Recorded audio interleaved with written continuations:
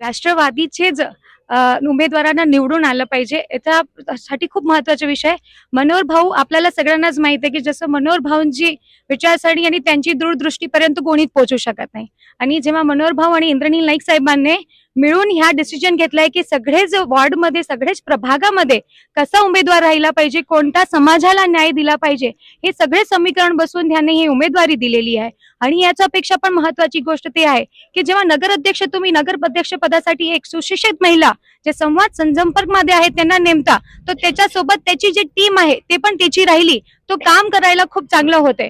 म्हणून मी सगळ्यांनाच सांगते की नगराध्यक्ष पदासाठी जेव्हा मला नेमतात तुम्ही, मला विश्वास आहे जनतावर की त्यांचा आशीर्वाद आमच्या पाठीशी होता आणि राहणार आहे.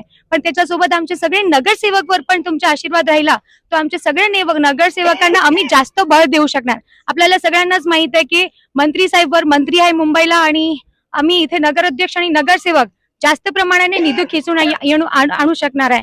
जसं तुम्ही इथे मी फिरतात ना, भरपूर लोकांनी समस्या आहे, ते समस्याला आमचे नगरसेवक पर्यंत पोहोचली आणि ते नगराध्यक्ष पर्यंत पोहोचली तर मंत्री साहेबांकडून आम्ही जास्तीत जास्त निधी करून आणणार आहे. आणि राष्ट्रवादी काँग्रेस पक्षाचे फायनान्स मिनिस्टर आपले अजितदादाच आहे, तर आमचे जेवढे उमेदवार अजितदादाकडे गेले तर त्यांना पण अधिकाराने सांगू शकणार आहे की दादा आम्हाला निधी जास्त पाहिजे.